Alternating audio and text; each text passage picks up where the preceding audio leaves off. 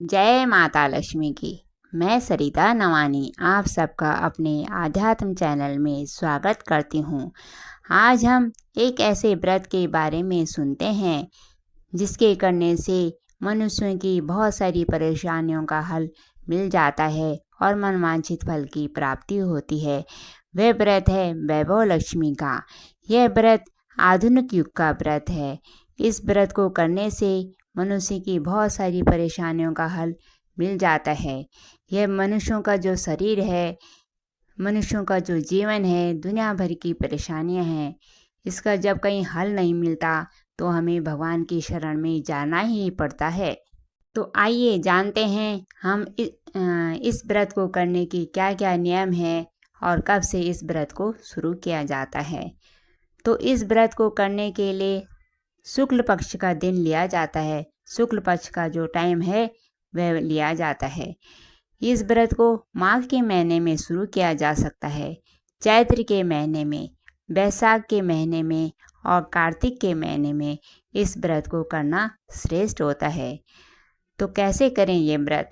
तो हमें सबसे पहले संकल्प लेना है कि मुझे ये व्रत रखना है।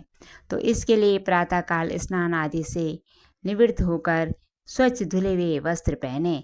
इसमें लाल, पीले और गुलाबी रंग के प्रयोग किए जाने चाहिए वस्त्र धारण करने में।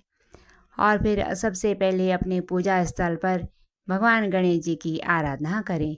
उनसे आज्ञा लें कि हे प्रभु, मैं ये वैभव लक्ष्मी का व्रत करने जा रही हूँ या जा रहा हूँ, तो ये जो मेरा व्रत है निर्विघ्न रूप से संपन्न हो। फिर माता लक्ष्मी से आज्ञा लेकर संकल्प करें कि मुझे कितने व्रत रखने हैं। तो 11 व्रत रखना है या 21 व्रत रखना है या 108 व्रत रखने हैं या 51 व्रत रखना है, ये आपकी इच्छा पर निर्भर करता है।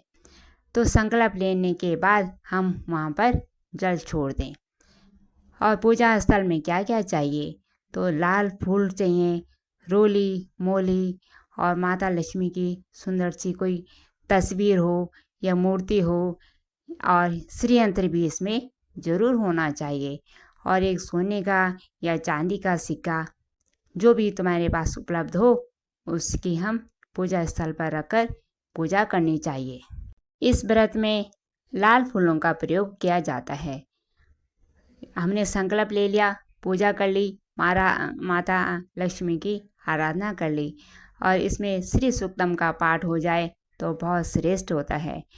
फिर माता लक्ष्मी से अपनी परेशानी बताकर, हे माँ, मेरी ये परेशानी है, इसको दूर करने के लिए मैं ये व्रत रख रही हूँ। आप कृपा करके मेरे ऊपर अपनी छत्र छाया बनाए रखना और इस व्रत को पूरा करने में मेरे सहयोग करना।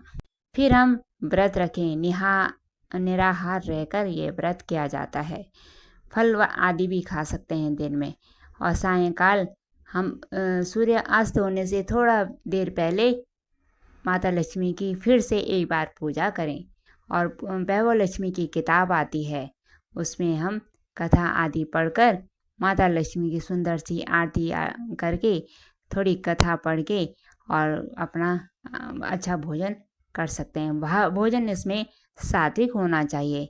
इसमें मीठे का प्रयोग किया जाता है, खीर आदि बनाई जाती है, और भी बना सकते हो, लेकिन खीर बनाना श्रेष्ठ रहता है। तो इसी तरह से ये व्रत 11 दिन तक चलते रहें। बीच में अगर कोई बाधा पड़ जाती है, जैसे स्त्रियों के जो परेशानी होती है उसमें अगर कोई बाधा पड़ जाती है तो उस व्रत को छोड़ दो, उसके आगे वाला व्रत रखो। और इस व्रत को करने के लिए किसी दूसरे के घर में ना करें ये व्रत। इससे अगर मानो हमें कहीं जाना पड़े तो उस दिन ये व्रत ना रखें, क्योंकि उसका फल नहीं मिलता। तो इस व्रत को करने के लिए अपना ही घर श्रेष्ठ रहता है। और जब हमारा जो संकल्प है 11 दिन का है अगर, तो 11 दिन में हमने 11वें दिन का जो हमने व्रत रखना है वो तो रखना ही है। तो उस दिन हम व्रत रखकर और जो अच्छा सुंदर सब भोजन वगैरह बनाकर, और फिर हमें सुहागन स्त्रियों को इसमें जिमाना चाहिए। उनको श्रृंगार की सामग्री और भोजन, सुंदर सुंदर पकवान उन्हें कराने चाहिए। तो इसी तरह से यह व्रत संपूर्ण होता है। तो कैसे लगी आपको ये व्रत की कथा, इस व्रत के नियम?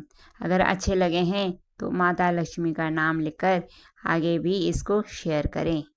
मिलते हैं शीघ्र ही, तब तक के लिए आपका बहुत बहुत धन्यवाद।